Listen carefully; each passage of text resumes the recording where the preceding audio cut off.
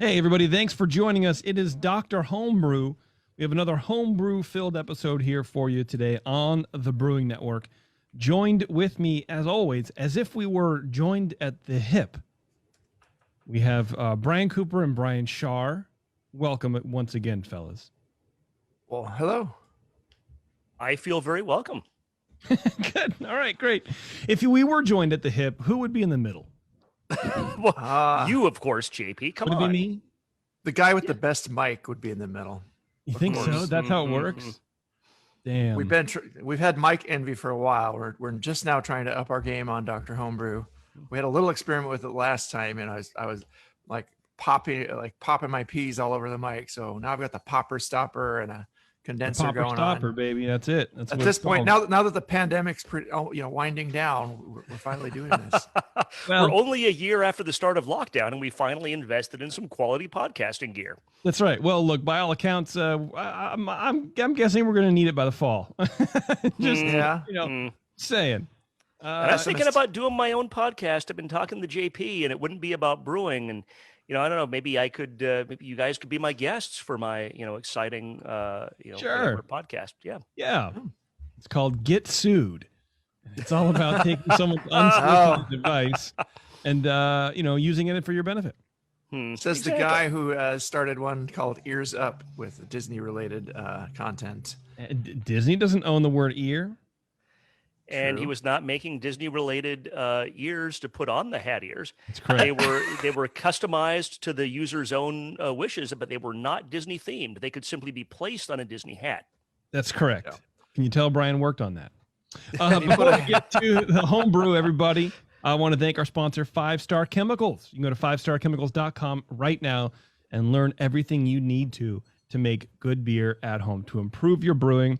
This show is a lot about how can we make things better? How can I do this better? What flavors do you get or whatever? A lot of the time, the stuff comes down to sanitation and cleanliness. These are the two big issues in any beer, in any brewery, home brewer, mead maker, doesn't matter. Wine maker, doesn't matter. Who cares? Doesn't matter what you're doing or fermenting. Look, even if you're doing like hot sauce, you need to be clean. Everything needs to be clean. So you want whatever bugs you're fermenting to be put in there by you and not just added in. So go to 5starchemicals.com, learn about Star San, learn about PBW, learn about SaniClean if you want, all these kinds of stuffs. And then ask your local homebrew shop if they don't carry them to do so, please. Also, send them an email. Send 5 Star an email. Let them know that you're listening to the show and that you really appreciate it. And maybe you've been using 5 Star all the time and you go, JP, I know, I get it. I literally just ordered 5 million pounds of this stuff. I get it. I don't need to be told anymore. Thank them. Just shoot them an email. Thank them because they've been here since the beginning. Couldn't agree more. Yeah. So, anyway, today we are welcoming Colin back. Colin, what's going on, my dude? Glad to be here. Thanks for joining us. I appreciate that very much. And we have, what do we have here in front of us? An ordinary bitter? Should be. Well, this is not just any ordinary bitter. This is a rebrewed with Dr. Homebrew advice. Okay. I will lay my cards out on the table.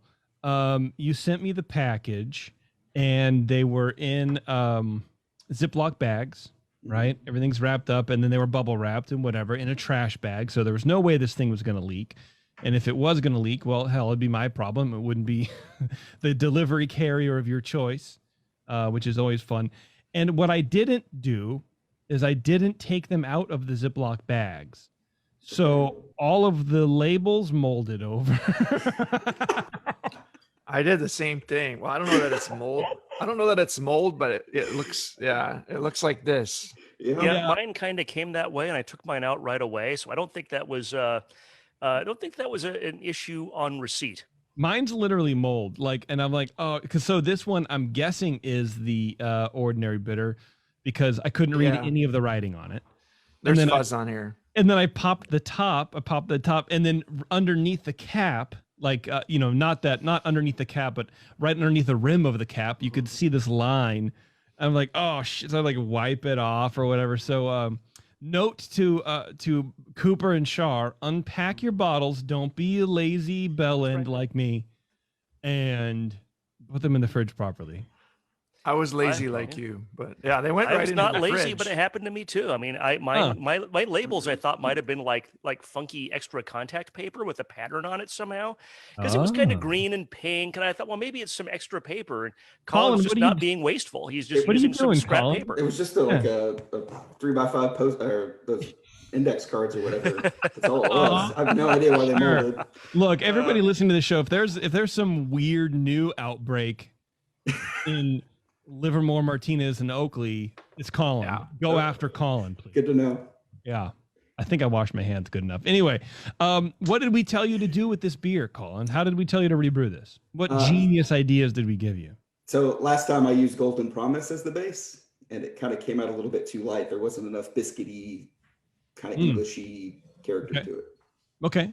All right. And so what did you do? How did you, well, I guess we should taste it first and then tackle what you did. Let's do that. Shar, why don't you take your new setup for a spin and tell us all about Colin's rebrew, please? Well, thank you. I guess we can all hear my dulcet tones a little more dulcetier right now, which is probably good for everyone. Colin, thank you for sharing your beer as a hypochondriac, that is a repeat entrant in Dr. Homebrew, unless I'm stealing Cooper's thunder with his terminology. But I didn't coin that. I did not coin that term. It was just bandied about. We thought about repeat offenders, but really we're like, if you're receiving health care from a doctor, you're not an offender if you go back. You're just maybe a hypochondriac. Bottle inspection. I like this beer a lot. First off, before I get to the bottle inspection, it was great. High fill. Some yeast on the bottom indicated to me it was probably bottle conditioned. Doesn't make any difference one way or another, but it's always just kind of interesting to see if you can see a little something at the bottom of the bottle. That's what we do for fun as beer judges, people at home. We look for things at the bottom of bottles. Aroma, 8 out of 12. Aroma is low. It's kind of bread crusty and caramel. Not bread crusty like that thick rye bread, super dark bread you think of with like a Schwartz beer or something, but just like a good, fresh bread. It was very inviting without being over the top. Didn't get fruitiness immediately, and I was waiting for it to warm up. I do get like a low level of maybe a fermentation, yeast-based fruitiness from this. No hop aroma, which is fine for an ordinary bitter. Again, 8 out of 10. Appearance, 3 out of 3. It's extremely clear. As a British style, one might say none more clear. If we were to be thinking of Spinal Tap. You guys were laughing, so I didn't have to explain that joke. I should just. But you did anyway, and I appreciate that about you, Brian. It's just really kind of my thing, I'm a joke explainer. Just because I want to be sure nobody's left out in case I'm just too obtuse. Look, man, you've been called a lot of things. I don't know if joke explainers. Okay. Top level. Fair enough. Color is a sort of a light copper tinged gold. Head is very low and not persistent. Again, for an ordinary bitter, that's totally fine. So 3 out of 3. Flavor, first impression I got was a low hop bitterness and a low malt flavor that was sort of caramel. I'm not going to try to say it's caramel malt, but I got a little caramel character out of that. Definitely got more sort of malt flavor, malt complexity than I remember from the previous one. Hop bitterness is low, and it matches the palate. It's well attenuated. The hop bitterness maintains through a long finish, and it's balanced with the malt. No hop flavor, but that's all right for this style. 14 out of 20. Mouthfeel, the body is low, as is carbonation. No warming. It's creamy and easy to drink. In fact, it's kind of maybe dangerously easy to drink due to the low carbonation and just the excellent flavor. No astringency. I gave this 5 out of 5 for mouthfeel, but having said that, a little more carbonation might be nice for this beer. I opened both bottles just to check for bottle variation. Carbonation of both is low, and it's within spec for this style. This is a British style. It's not supposed to be, some Belgian triple that's up to like 3 volumes or something. But I think maybe just a hint more carbonation might improve this. Overall impression, 7 for a total of 37. I made a note that it's a rebrew, so the pressure's on. Is our advice going to be contradictory? Are we going to taste different things? What's going to happen? I really like the malt part of this. I think the malt bill is tasty, and I think it's right where you want an ordinary bitter to be, in my opinion, or at least in the boundaries of where you want an ordinary bitter to be. I'd like maybe just a little more hop bitterness from the hop side. I think the malt is great. The style guidelines can be a little confusing for this one. This is not supposed to be an IPA, an American IPA. It's not supposed to be, extremely bitter, but the bitterness is supposed to be prominent and be a sort of a prominent feature of this style of beer. And I think maybe a little more. I think the bitterness was to me maybe more at a low or medium low, and they really should be up around like a medium. So maybe next time up the bittering hops a little, but otherwise, well done and cheerio, tip top. Wow. All right, Mr. Poppins. Okay, Cooper, go for it. Let's go. Where did you score that one again? Oh, sorry. The total was 37. 37? Yeah. Okay.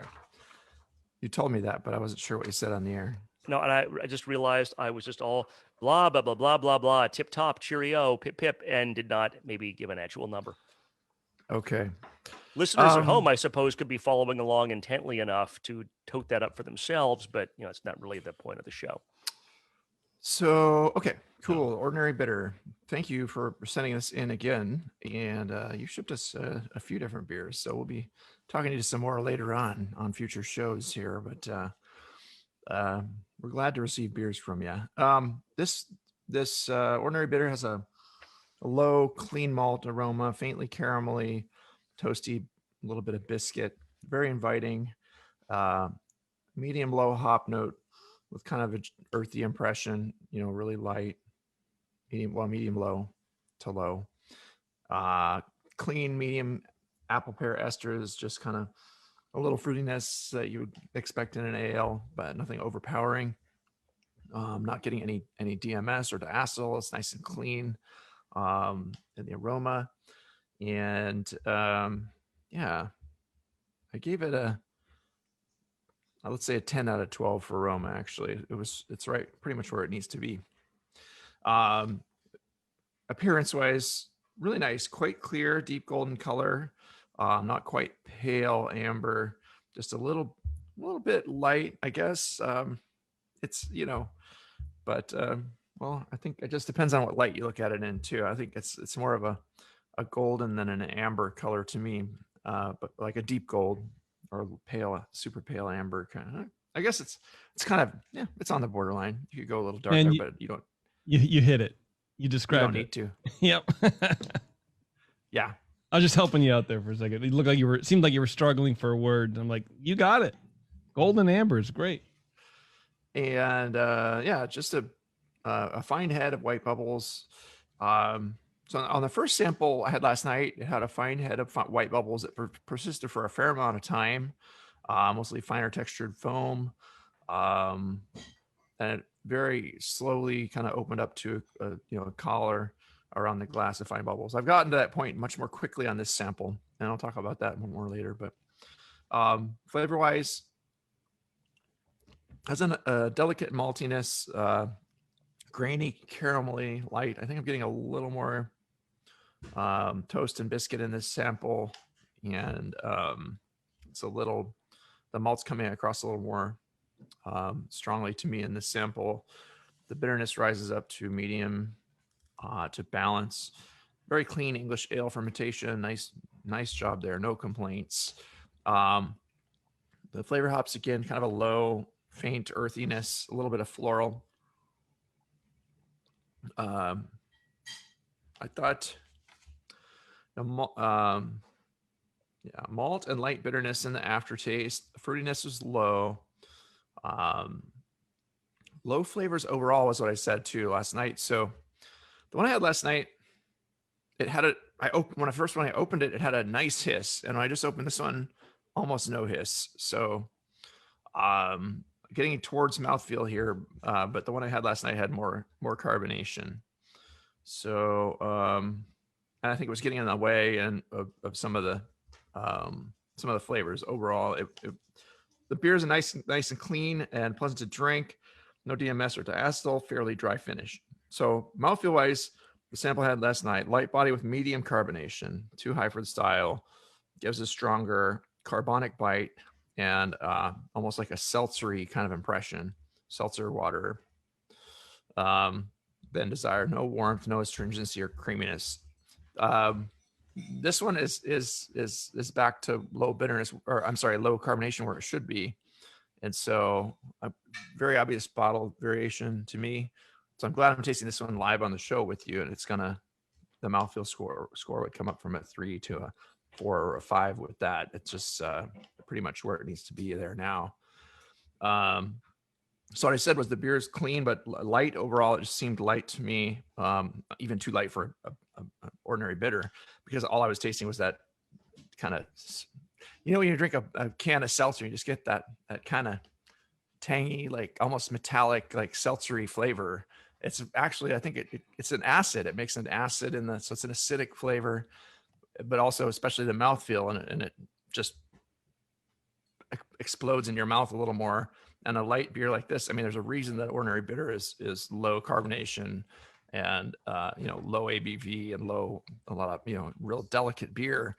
If you just exploded it with carbonation, it would taste like almost like a light lager or something instead, or like light ale, cream ale, or something like with no character, But it's hard to hit that balance. So yeah, it was just too much CO2 driving it and making the for a low. For such a low soft style, is just invading it. So I said, bump up the color and the carameliness a bit, the bitterness just a touch higher too. I still agree with that. It's not IPA like Brian said, but I agree with that. It's a bitter. It should have just, enough where I'm not feeling it as much here as I'd like, but yeah. You can go a little richer on the color. It's on the light end for style. It's probably light amber, pale amber, but not to belabor that too much, but appearance is 3 points. Yeah. So yeah, it's really clean. It really is a very enjoyable version of this beer, and a good recipe. The maltiness is nice in it. I was going to say, sorry if we steered you wrong. I hope we didn't tell him to bump up his carbonation on it, because that would just be wrong. But I took really good care of fermentation, and I said, keep on trying. Don't listen to us at the end. But I gave it like a 34 last night, and I was just, but now this one's more up 37, 38, where Brian's at, I think, even possibly a little better than that. Yeah. I would get an extra point on probably an extra couple points on flavor, couple extra points on mouthfeel. So 38, at least, maybe 39. I don't know. Yeah, it's really nice. I like it a lot, but I'm kind of going back and forth between what I tasted last night and what I'm tasting now. And it's definitely a different animal. And the carbonation is really the only difference. I assume it was the same beer and not two different batches. Just you said it was bottle conditioned, Colin? It is not. So that's off the beer going off a keg. So that's okay. Surprising to me. I wonder if I got some secondary something in there, fermented a little bit or something. It was really noticeable hiss on the open. I wasn't imagining it. It was, late at night after my kid went to bed, but it wasn't too late. I wasn't, 6 beers in or anything. I usually keep it pretty clean. Yeah. You're only 4 beers in, and they were just like Duvel. You're right. I agree with you guys for the most part. I like it. I think it could maybe use a little bit more bitterness, like a touch, but otherwise I think it's a great beer. Yeah. I would give it a 42. Maybe it's a little too nice. sweet, and maybe the bitterness will help with that. I think a dry hop in this would be rad too. I think the flavors are there, and I think it could really carry some nice, dry hop, some whole leaf, whatever, EKG or whatever. All right. So what did you change, Colin? Just change the base malt from Golden Promise to Maris Otter. That's it. That was it. The only difference. So the hops being low is kind of surprising to me, and I wonder if it's old if that's had something to do with it, because there's about 3.5 ounces of hops in that beer for a 3% ABV beer. What kind of hops? Fuggle and East Kent Golding. Okay. Yeah, I mean, those tend to be low alpha, but that's still a lot of hops for a beer like this, even if they're low alpha. Right. So it's about an ounce, ounce and a half-ish at 60 minutes, about an ounce at 20 minutes, and about an ounce at a minute, or 5 minutes, sorry. Yeah. Well, I did have a pre-beer last night before I judged the beers, and it was like an American Pale Ale. So that could be coloring my my hops palate is probably just blown to hell by now because I'm an IPA fan, and anything yet another reason to stay away from IPAs. We've had a lupulin threshold shift. Yeah, I mean, I think it's just the sweetness kind of plays with the hops a little bit. I wonder, what were your gravities? Were your gravities any different, Colin? No. So I mean, original gravity is 35, final gravity is 7.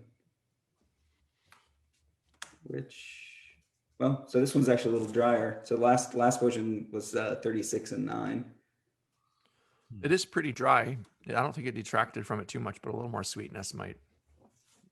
Yeah, I don't know. More sweetness or less sweetness?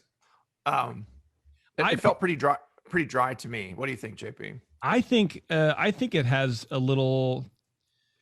It depends. If we're going to bump up the bitterness, don't touch the sweetness. But if the bitterness is probably fine, I think it's a little too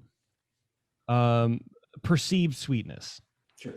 And that's where I think just a hint more carbonation, not cranking this up. I totally understand what Cooper's saying, but I think just cranking up the carbonation just a touch would give you that carbonic bite that would kind of lift some of that sweetness off your palate.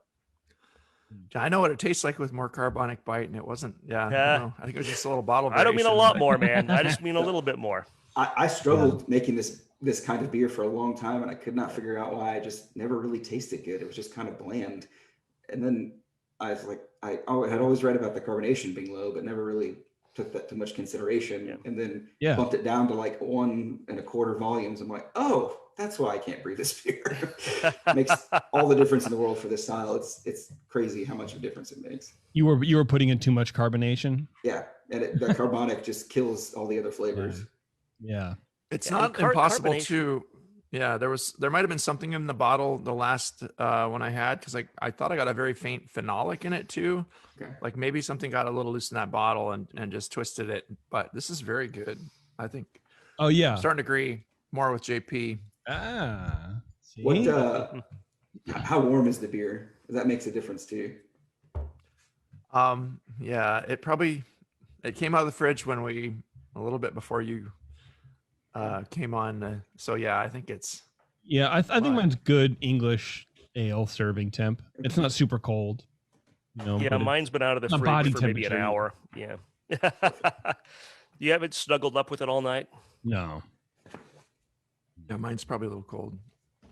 So not getting much esters out of it is surprising to me. I agree with you, but like I use the ESB, the 1968, I think it's Fuller's yeast at I pitched at 66 and then let it rise to 68 and then finished at 72. And then I pitched 0.85, so maybe a little bit in the normal range, but I can't, like when it's fermenting, you get a good bit, but then the esters just kind of go away. And I tend to have that issue quite a bit with beers. I don't know if I'm just being too conservative with my temperatures or what, but I struggle to get a lot of yeast character a lot of the time. Yeah, a little more fruitiness might actually help this too, and that could be one way to go about it. Just play with your fermentation a little bit more too, and like, yeah, I don't know if you're pitching a healthy amount and all that too, and I don't know if you're just being too kind to your yeast, where it's just like, it's easy. I'm not stressed at all. Yeah. Well, that was sort of a question I was going to have, where you don't want to stress the yeast because those aren't the flavors we want, but could you be over pitching and the fermentation so rapid that ester development doesn't have a chance to really happen? Is that a thing that could possibly happen? Yeah, overpitching is tough because it's, most homebrewers have the opposite problem, or lately a lot of them have been doing really well with it. But with a It's beer like very this, hard to it would be overpitch as a it would homebrewer, but be easier to overpitch on this one. Hmm. Yeah, if you're gonna overpitch, I totally agree. It's really difficult at a homebrew level, but if you're gonna make you a 3% ABV, really light British style, this might be one where that could happen. I don't know. I mean, maybe it's worth whipping out that old Mr. Malty yeast calculator and trying that out and just see what Mr. Malty says. What temp are you fermenting at, Colin? As far as pitch rate, I mean, you build my yeast starters based off of those calculators to get a very specific pitch rate. So obviously they're all estimates, so who knows? But I pitched at 66, and then once Krausen hit 68, and then toward the end bumped it up to 70. That should be enough. Yeah, I would think. I mean, like Cooper saying, maybe just up it a couple degrees. Yeah. So, maybe pitch at 68 and then let it go to 70 or 72 or whatever. Right.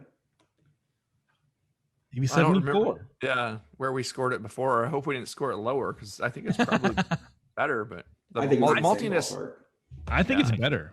I like it. I like it better. But this is the fickle part about judging, right? It's not linear. You can't hold the last one up and say this is a shining example. Everything will be compared to this because it's on a sliding scale. Yeah, your memory is never as good or as bad as you think it is. That's as right. far as remembering stuff you've eaten or drank in the past. Don't they say whenever you have a memory, it rewrites it, and so over time your memory gets better and better and better than it actually was? I think that sounds about right. Yeah. Oh, I've heard that before. I remember hearing it somewhere.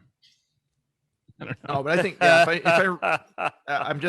I redo my math from last night, I added a point on aroma, left appearance where it is. I would add a couple points on flavor, so that's 3 so far. A couple points on mouthfeel, that's 5, and I'd probably add one more point on overall impression, which I had at a 7. I'd probably go 8 there. So that's 6 more points from 34 would be 40. So yeah, it's really good.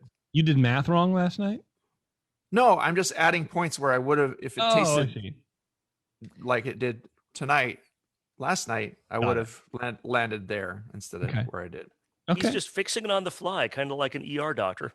Yeah, he's just making Colin feel good, and that's good. Yeah. No, it's not fake or anything. It's just like that phenolic. There was a little something in the aftertaste, along with the seltzery, and I distinctly remember that seltzery flavor, that seltzery bite and attack, and the sparkle of it just bothering me, and then a little phenolic coming out late in the palate, and it's not happening on this one at all. So we're just harassing you, Coop. Don't worry about it. Colin, do you have anything else for the guys? Anything sulfate. Cover? Did you guys? So I ran about 200 ppm sulfate, which is a lot high. It's like my West Coast IPA is usually around about 150, so this is a good bit higher. And I think I've done a 250, and I thought it was too much. But what do you guys think as far as sulfate character? You don't want to know what I think, because I don't know. The water's kind of out of the way. I'm not getting any big,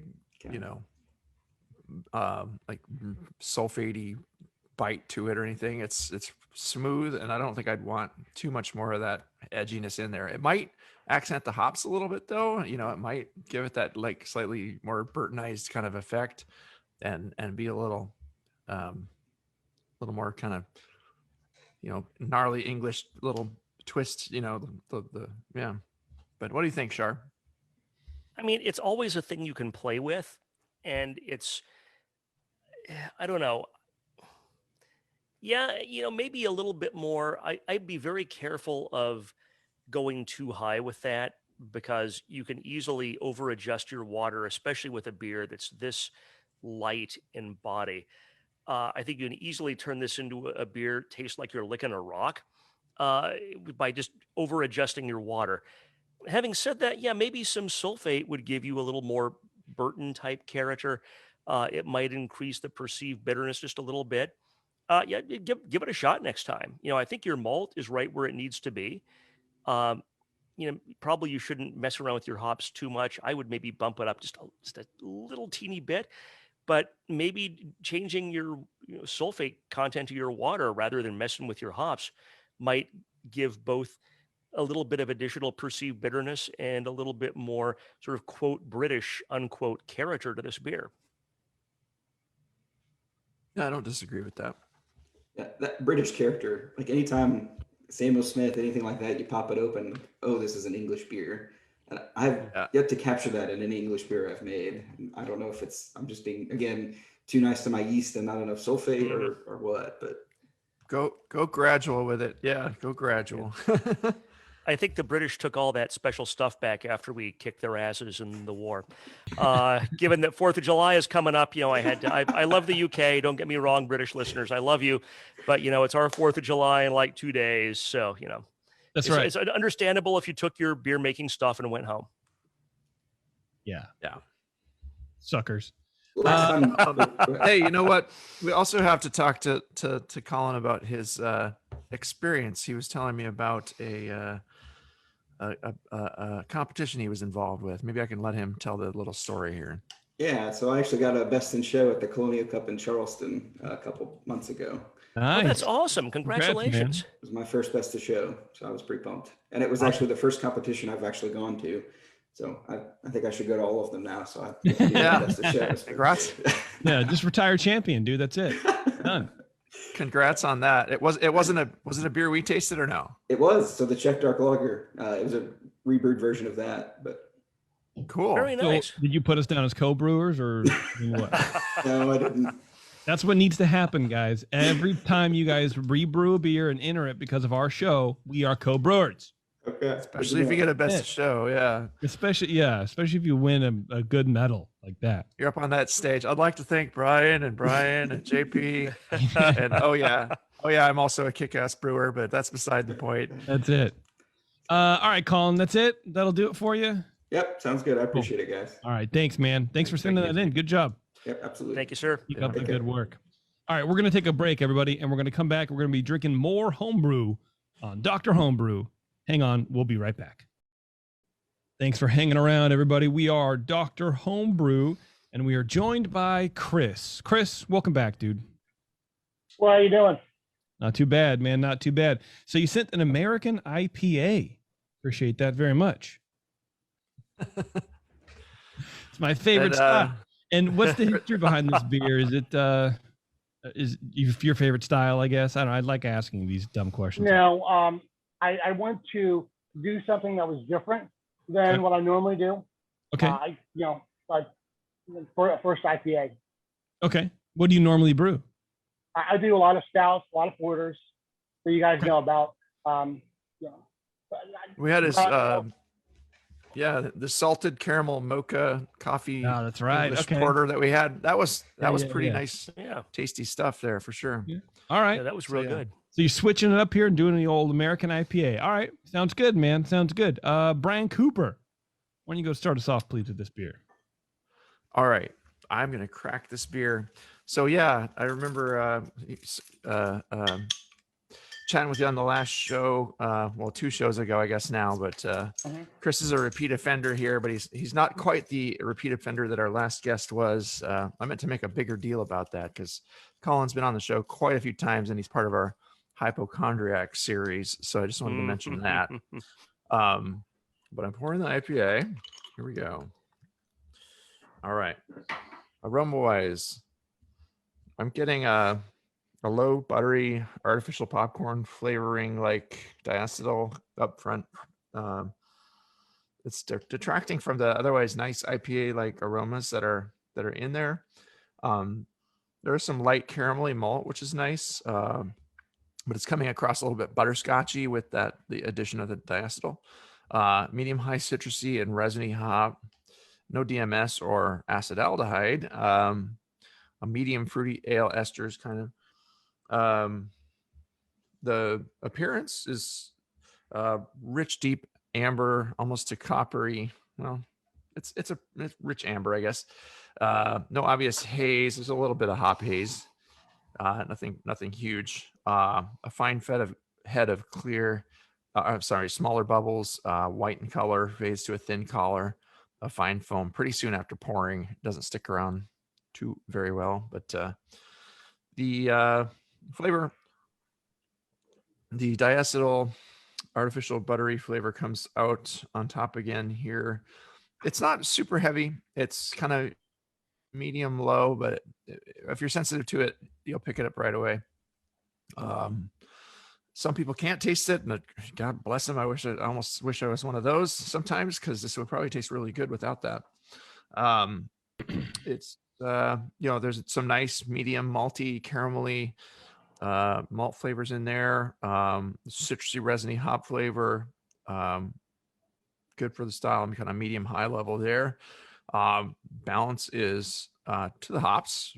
If you have to choose between malt and hops, ale ferment is apparent, but again, it's got a butterscotch like maltiness that sticks around in the aftertaste, and it finishes semi-dry, I would say. Only a touch of sweetness, and the bitterness is in there is medium high level. It's kind of a classic IPA, American IPA from the 90s kind of bitterness level, which is perfectly fine. Mouthfeel wise, it's a medium bodied, medium low carbon dioxide with some light alcohol warmth coming through, just a bit of that. Little slickness from the diacetyl detracting, no astringency though, and otherwise it's pretty good. No creaminess really to speak of. Overall, it seems like a good IPA recipe, although a bit toward the reddish end of things. Almost it's like coppery. When I look at it in different lights, it's hard to see where it's at, but it's just kind of a red IPA territory almost, coppery colored IPA. Most of the ones you get lately are even lighter almost than the style guidelines declare them to be. So there's been some drift in the style over the years too, and I'm trying not to judge it against that shift that's been made. I like a good classic West Coast IPA as well. But yeah, a pretty good beer. Really, the only real thing that's detracting from it is that butteriness. So I'm looking at my score here. Am I being fair? Maybe I was in a bad mood last night. I'm sorry, Chris. I landed at like a 22, but I think I probably landed more like a. So looking at the scoring guy, I say like, okay, is it 22 would be on the low end of good, misses the mark on style and or minor flaws. I would say there's definitely, some more than just minor flaws, but it's not really missing the mark on style. So it's kind of hard to put it on the super low end of that. Actually hits the style fairly well, other than that one defect, and it is fairly minor. So maybe the midpoint of good, like 25, is a better place to be. I want to be fair here. So, but it's hard for me to get. Now the anonymity, now the anonymity is gone from it. Now you see, Chris. Now it's a whole different story. Look at this bully being shot down. No, I'm just kidding. I was just offended by the butter, and it's. I don't get it. I'm super sensitive to it. I keep cutting you off. I apologize. I don't get any diacetyl at all. I mean,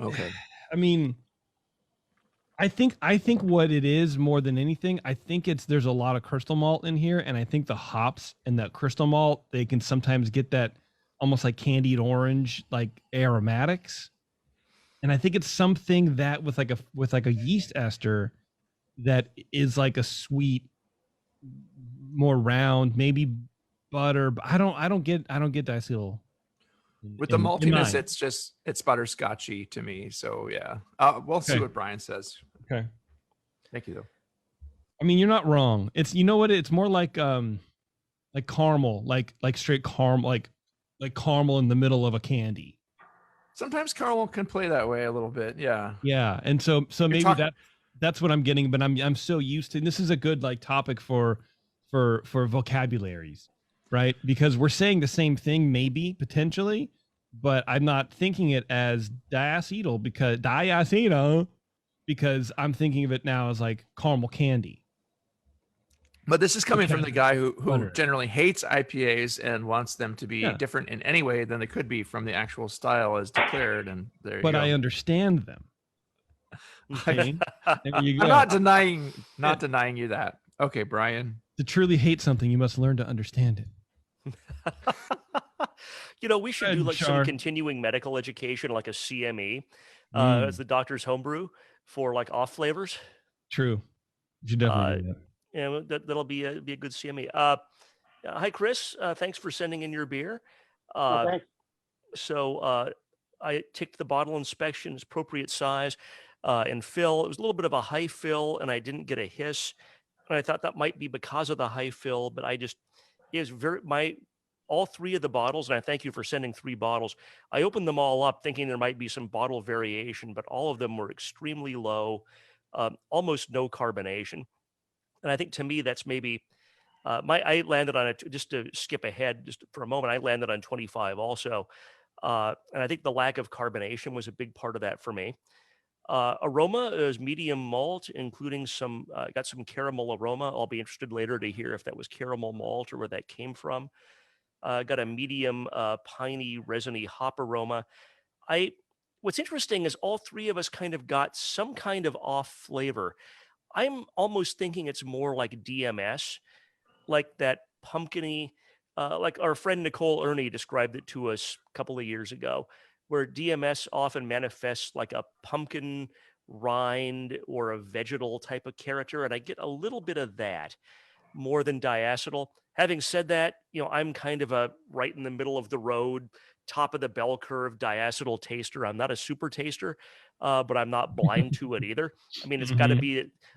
Some people, oh my God, there's a molecule of diacetyl in the next room, and they have to run out of the house. And thank God I'm not one of those folks. So aroma, I gave it a 7. Appearance, 2 out of 3. Colors medium copper. I agree with Cooper. It's almost a red IPA color, which I liked. It's crystal clear, but there's almost no head, which for this style I knocked off a point. Flavor, initial impression to me was sort of a floral and piney hop flavor. Malt comes up to balance that flavor. There's a significant caramel character in mid palate, which to me, even though it's well attenuated, there were a few sips where I thought it was almost worty, not in the sense that it was under attenuated, because it's certainly not. I mean, this beer fermented out all the way, as far as I can tell. I don't have a hydrometer with me or know the OG, but I mean, it doesn't seem to be a lot of residual sugar floating around. It's just that character, and to me, that also plays into that lack of carbonation, where some carbonation lifting that off your tongue, I think would have gotten. I think it's just that malt sitting on the tongue that kind of can come across a little worty, even though it's a well attenuated beer. Finish is long and balanced. I got just maybe a tiny hint of phenol, and just like in the aroma, just maybe a little bit of DMS. So 10 out of 20. Mouthfeel, I dinged you pretty hard on mouthfeel because of the lack of carbonation and the knock-on effects that has on flavor and aroma. So 1 out of 5. Overall impression, 5 out of 10 for total score of 25. I think the basic concept of this beer is really good. I like the choice of hops. I think they work well together. I like the flavor. I don't know if you call them the OG or the throwback or the whatever West Coast IPA. It does take me back to 1995 and drinking IPA in 1995. But just something, and it's interesting that all 3 of us kind of identified it as something different. But I feel like something went wrong in fermentation. Probably pre-bottling. So if it took place after bottling, these would have been super high carbonated bottle bomb gushers.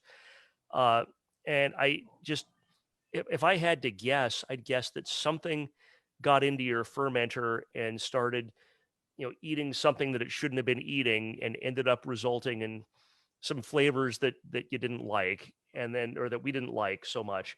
And then, that might play into the lack of carbonation.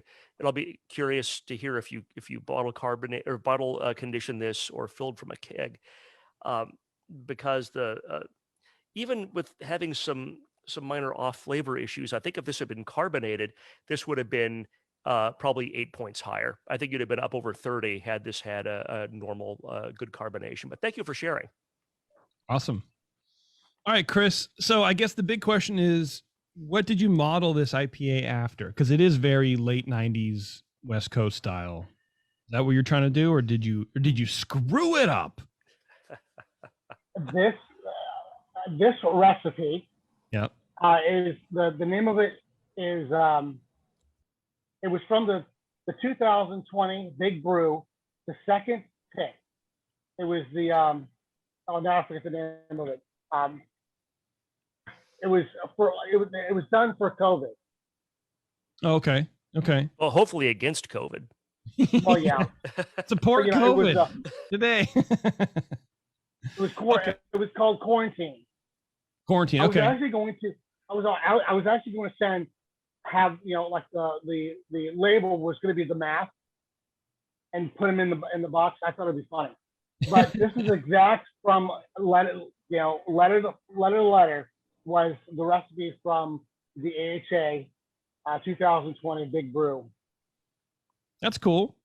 Right on, man. Right on. Is it supposed to be sort of that kind of throwback? Yeah. Okay. Good. Well, throwback. It's definitely that. It is definitely that. You got that big crystal malt. You want to go through your recipe real fast? Yeah, sure. Okay.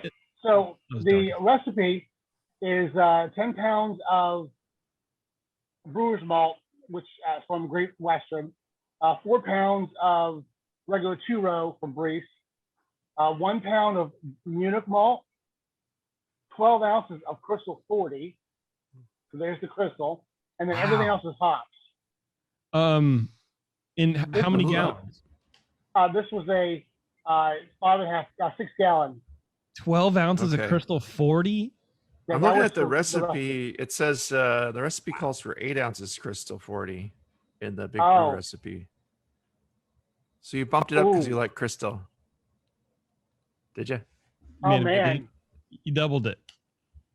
It says 10 pounds, 10 pounds base malt, 1 pound Munich, and 8 ounce Crystal, which is that's a good classic recipe. Malt bill for a classic IPA. I had to bring it up a little bit because for some reason my brew house efficiency was low, so I scaled it up. So the 12 ounces was. I should have left that where it was. Yeah, when you're making efficiency adjustments, you might want to mostly bump up the the base malt and not go too crazy on the specialty malts, or it's going to change the. You're still getting all that color and all that. Yeah. And the flavor. That's why it's turning into a red IPA instead of an American. Yeah. Exactly. So then on the hops, the 1 ounce of Columbus at 60, 1 ounce of Centennial at 20 minutes, 1 ounce of Cascade at 10 minutes, a half an ounce of Centennial at 10 minutes, and then 1 ounce of Cascade at 0. And then dry hop with 2 ounces of Centennial and 1 ounce of Columbus. It said 3 days before 3 days into the fermentation. So that might have been a mistake as well.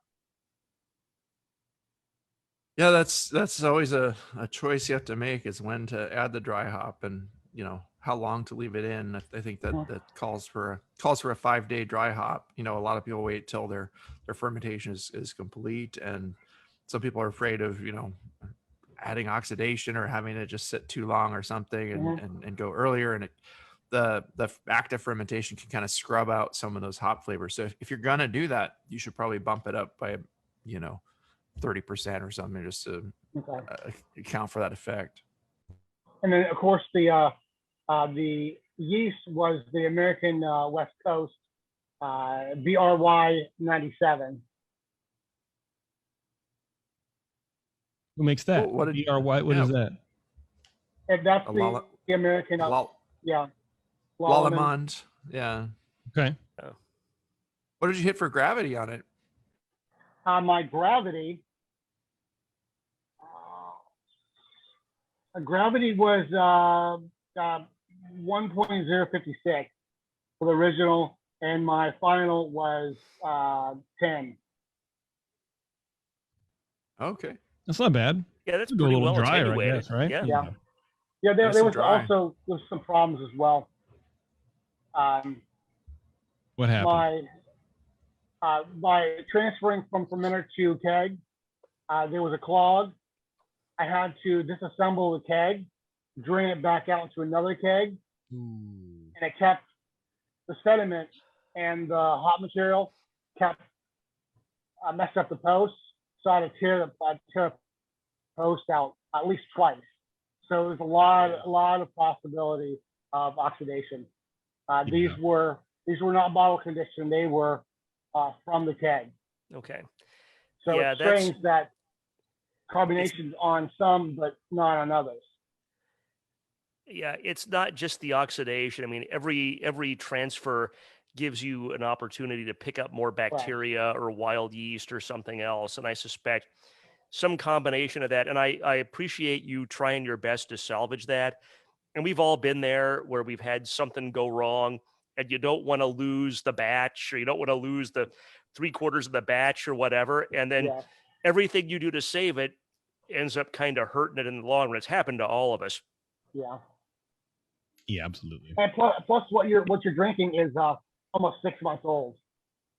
Okay, yeah, I'm betting it was a lot better earlier on too. The recipe is really it's not bad. It's it's got a lot of good hop aromas in there. That for me, I have to dig behind the butter because I'm pretty sensitive to that. So that's part of the problem. Maybe not as sensitive as Doc, but man, when I judge with that guy, he'd get like the diacetyl in the next room thing JP was talking about. But Yeah, that's true.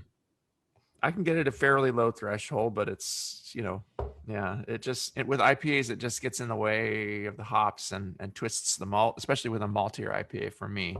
I don't agree with Brian on acetaldehyde. I'm not tasting any pumpkin skin here or green apple, but I don't agree with that, but you're welcome to that. I do agree more with JP on the malt.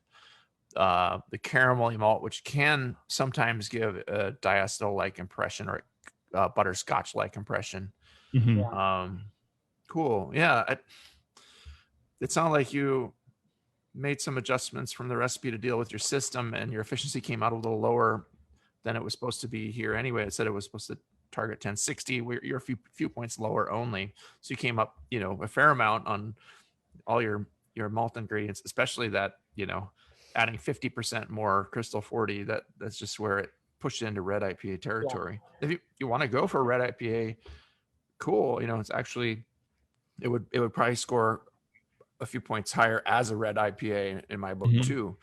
Maybe high 20s or, low 30s at that point, but it's just, it's super rich with all that carameliness in there and the buttery quality, wherever it's coming from. For me, it just, it's a pet peeve of mine. You get a nice fresh IPA and you get butter hops. Yeah, I get that. Chris, do you have any other questions for the guys? No, I mean, that was the first time I did an IPA, and I wanted to get some feedback. I knew that I had some problems, and I'm just not good enough to hide the problems again. Well, keep brewing IPAs and send them to JP every Tuesday when you make a new one. Sure, do that. Yeah. Everyone. Hey, Chris, you know what I forgot to ask you at the very beginning, and it's kind of my thing too. I can't believe I forgot. Are you in a homebrew club? No, I'm not. All right, there you go. Then you're the lone wolf. You're going to be on a watch list, and that's okay. Yeah. Just keep brewing. That's a good watch list. Yeah. Yep. Did you say that you put it in NHC or this beer or some other beers? That went into NHC. The porter went into NHC. Of course, that one went into the wrong category. I should have went to specialty, but it went to the English porter. But I got pretty decent write-up on both of them, especially the porter. The judges were saying, well, it would have been better, and the specialty would have, Yeah. I mean, there was only 50 entrants in the specialty. Wow. Not bad. I really liked that beer. That was nice. Yeah. Yeah, absolutely. All right, Chris. Well, we'll let you split, man. I appreciate it. Hey, Thanks, sure. Chris. Come on again anytime, man. We'll dial in that IPA. I like IPAs. Absolutely. But send more of those English beers. Sometimes you just got to do what you. I'm doing. Oh, definitely. Yeah, I'm doing I'm redoing that porter. I'm doing a stout. I'm doing a triple, a brown ale. I'm gonna end up sending them all to you. I'm gonna try to take the most offender spot. Yeah. Sometimes just like what works well for your water. It might just be that dark beers and English beers work well for the water you have there. And we didn't really talk about your water, but I don't do anything with water chemistry. Yeah. Yeah, neither do I, man. It's annoying. Fuck it. Yeah. Brew what works for your water. If you like that kind of strategy, that's cool. Yeah. Definitely. Exactly. All right. Thanks a lot, Chris. Appreciate it. Thank you. All right, man. We're going to take a quick break. We're going to come back. We're going to wrap things up here on Dr. Homebrew. We'll be right back. Hey, and thanks for sticking around, everybody. We're about to wrap things up here on Dr. Homebrew. I did want to talk about this show. We need beers. So if you want to enter your beers, if you want to get quality feedback by me personally, and then substandard feedback from these other two guys, email Brian at thebrewingnetwork.com. Right, Brian? And Brian we'll get right back to you. Everybody knows it's Brian with an I. Nobody spells Brian with a Y. No, that's crazy talk. It's crazy talk. With a Y. Yeah. You know what I mean? Tell that to Bryan Cranston, okay? I will get him on the fucking phone. I have to make sure. I think he spells his with a Y. In Breaking Bad, when he's making meth in that facility under like the car wash in Albuquerque, and he has all that stainless, all I could think of was, is that brewing equipment? I mean, I bet you could make better beer on there than whatever that nonsense he was trying to make. He was making high quality meth, so I don't. Is there such a thing? I mean, that was the show was about, so I imagine so. I don't know. I guess that's true. The mountains turned blue on his crystal meth, and yeah, sure did. All right, boys, we are going to get out of here. If you're listening live, go ahead and stay tuned. We're about to, probably take a 5-minute break or something and then jump right back into another show. We have a whole bunch of other stuff going on the rest of the channels. I just released the session today, as a matter of fact, with Buck Wild Brewing, which is California's only 100% gluten-free brewery. And by gluten-free, they mean even the food in the tap room. The guest taps are gluten-free, and they're doing some crazy stuff. And I know what you're thinking. Oh, gluten-free beer never tastes like beer. This stuff actually has body. It actually tastes like beer. So check it out. It was a good session. Sully co-hosted with me, and I had a lot of fun. So check that out, and of course, all of our other shows. But yeah. Anyway, until next time, everybody. Thanks a lot. We'll be back here, like I said, in about 5 minutes with a new show, Dr. Homebrew, and we'll see you guys later. Stay safe, and I know you're tired of hearing about it, but look, man, mask up, okay? Thank you. Cheers. Bye-bye.